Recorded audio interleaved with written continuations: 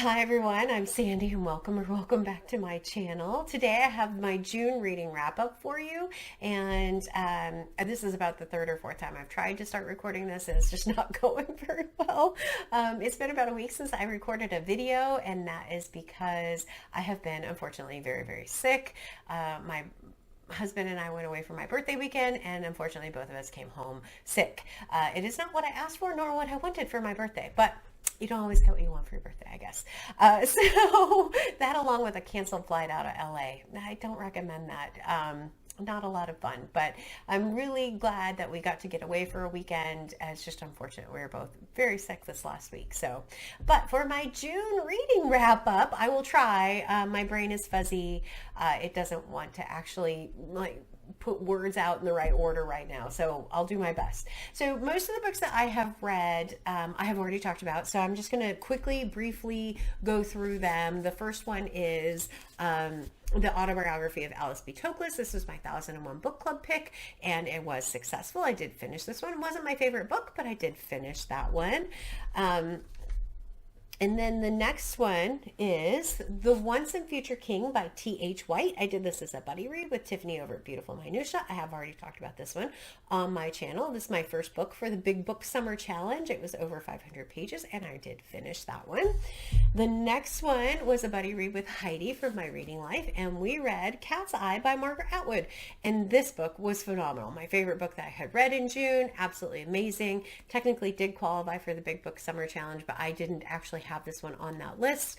This one has a character whose name is Elaine, and she was magnificent. She's probably one of my favorite characters that I have read this year. So yeah, those are three. And then the last one from the 1001 book list that I did finish was The Sense of an Ending by Julian Barnes. I love the first half, didn't like the second half. I've already talked about this one as well, but those were the 4 books that I finished from the 1001 book countdown. I did have 3 other books on the countdown that I did not finish. The first one is The House of Ulloa by Emilia Pardo Bazan. This one, I'm actually about halfway through. This is the book where I ended up unfortunately starting to not feel well and just hadn't had the brain power to pick it back up again. I will finish it this week, but I am definitely behind on the countdown. And I didn't even come close to finishing my TBR this month, so just so you know. And then the other 2 books that were on the 1001 book list that I didn't get to were 1004 by Ben Lerner. Didn't even pick it up, didn't make it with me on my trip, just stayed home. And then the next one was Home by Marilyn Robinson. I didn't make it to either of those 2 books. So, you know, kind of a mixture in there. When we talk about what else was on my TBR, the first book that is on the TBR that I did finish is Touching the Void by Joe Simpson. This particular book I haven't talked about yet. It fulfills my goals of needing or wanting to read a nonfiction book every month. Touching the Void follows Joe Simpson and Mike Price. No, that's a different book. Touching the Void follows Joe Simpson and Simon Yates. They were climbing a mountain in Peru and made it to the top, and then on the way down, Joe had a horrible accident where he ended up breaking his leg, and Simon is trying to get him out, and in the process Joe falls over a ledge and ends up in a crevasse, and Simon cuts the rope and Joe falls further into the crevasse, and he's left for dead. Simon goes back to camp, and Joe is left trying to get himself out of this crevasse by himself with a broken leg. Very harrowing survival story. Very well written.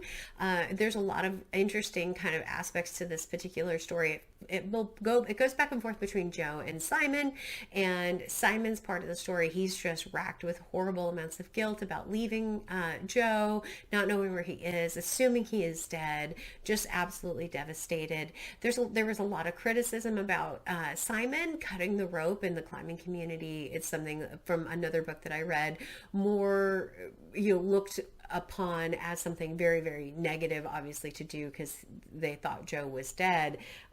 But yeah, it was just a really tough book to read, but it was inspiring because he made it out alive, and no one has successfully, at the time that this book was written, climbed that peak again that they climbed on the route that they climbed it. But they did make quite a few mistakes. They do recognize that they could have had more fuel. They both were getting severe frostbite. They didn't have enough food. They didn't plan for unforeseen circumstances as much as possible by having anything extra. it's not the first survival story that I've read where that's the case. It's like just a little bit more preparedness, and it could have been maybe a slightly different story.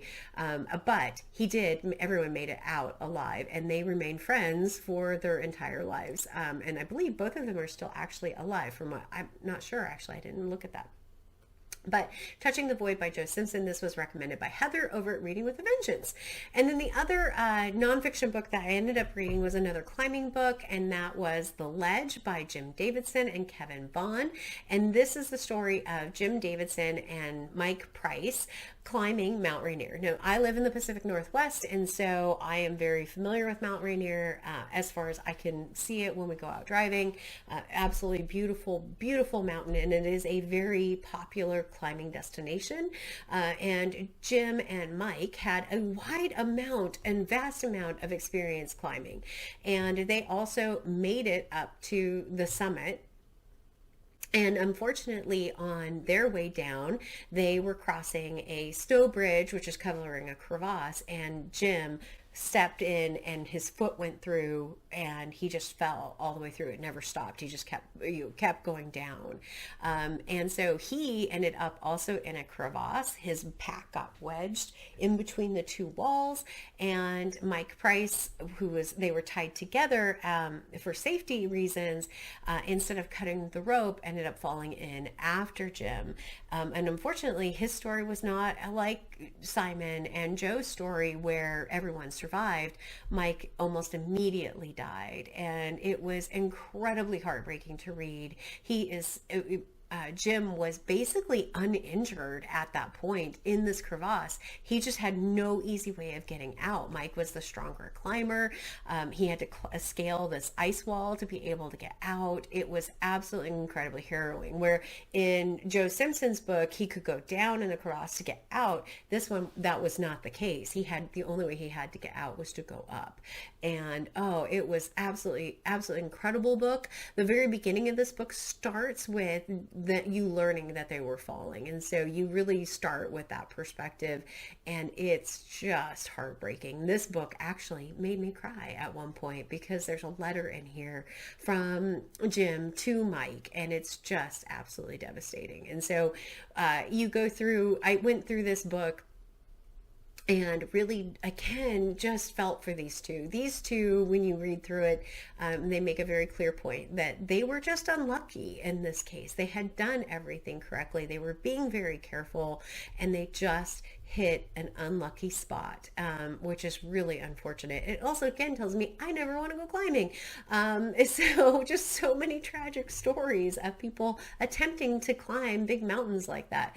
But this one I liked considerably more than Touching the Void. What was really interesting about this one is Touching the Void is actually referenced in this book. It was one that Jim Davidson had read when he was young. And so they also go through quite a bit of talking about Jim, working with his dad, and the one thing his dad had always said, because they were all often tethered together in that scenario as well, is if his dad fell, then he expected to see Jim falling on top of him afterwards.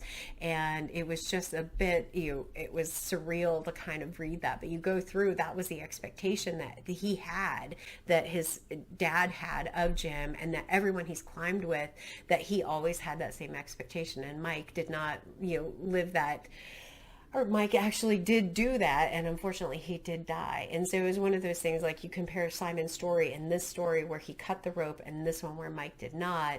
It's very interesting comparing the two books, but this book was absolutely excellent. So I would highly recommend this one if you want a good survival story, but it's not super positive that everyone makes it out, which is really sad. All right, so the last book that was on my official TBR was Young Mungo by Douglas Stewart.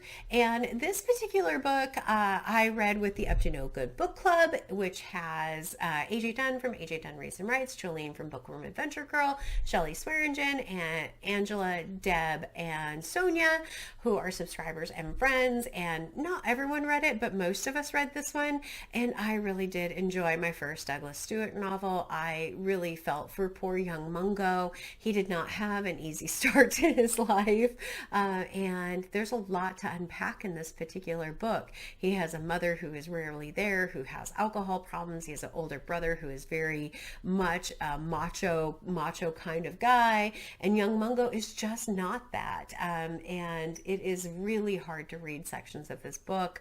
It brought up a lot of conversation about parents, about difficulty with parents growing up, about difficult circumstances growing up. It was very, very moving, and I did really like it quite a bit. I have been told Shuggie Bain is also exceptionally difficult, which I do own and would like to read, but I really enjoyed Young Mungo quite a bit. If you can enjoy some of the stuff that happens in this book, there's a lot of triggers in this book, alcoholism, just a lot in this book. So if that is important to you, definitely go and research those before you read this book. But I really enjoyed this book quite a bit. So that was the last official one on my TBR. But for some reason, I added books that weren't on my TBR. I don't know. I ended up reading the Pilgrim at Tinker Creek by Annie Dillard. And I did this as a buddy read with Shelley Swearingen and Fraser Simon from Springboard Thought. And this book was really, it's not one that I connected with as much. And I believe my friend Sonia was reading this as well. So this says it's the winner of the Pulitzer Prize. Annie Dillard's writing is truly beautiful. There's a lot to really like about this. This is not, however, a book with any kind of real story. It is a meandering story in nature. It is one, Walden is compared in this a little bit, and it did remind me of that. The Walden I found to be quite a bit more dry. This, she does a brilliant job when she's really describing nature and describing kind of the predatory and dangerous parts of nature. She goes in and talks a lot about praying mantises. She talks about flies that can eat a frog basically from the inside. It's like, things like that were truly amazing parts of this book. But it was just kind of an okay one. This is a book that was that was a book club picked by the Book Naturalist Book Club, which is hosted by Doris from Aldi Books and Heidi from My Reading Life. And I'm really glad that I got to actually read one of the books that they had for the book club. It was kind of unplanned. We just ended up picking it up. I think someone had it on their list or someone mentioned it in a Voxer chat. And then the next thing, we were reading it. So, but I am very thankful to have finished it and to read it. It was my first Annie Dillard. So yeah, it was a great one to go kind of just dip my toe in with. I wish I loved it, and I thought it was, it was okay, unfortunately. And then the last book that wasn't on my TBR, but I did actually read, was Beneath the Scarlet Sky by Mark Sullivan. And so this particular book I read while we were on the plane, and it is part of the Up to No Book Club, Up to No Good Book Club's pick for July, and I ended up reading it early, which I'm very thankful I did. I can't really talk about it yet, but that's the other book that I did finish. So pretty successful reading month. I mean, Cat's Eye was a 5-star read for me. Young Mungo was a 4.5 star read for me. Just a lot of really amazing and eclectic books, a couple of outdoor books. Yeah, it was just a really fun reading month until I got sick. And then no more reading. No more reading occurred. I think I read maybe 20 pages since then. So it's unfortunate. But what did you end up reading in June? Have you read any of these books? Are there any you'd be interested in reading? Hope everyone is having a wonderful week, a wonderful weekend, and I look forward to hopefully feeling back to normal soon, where I can bring you a few more videos coming up. But as always, like, comment, and subscribe, and until next time, everyone, thanks, bye.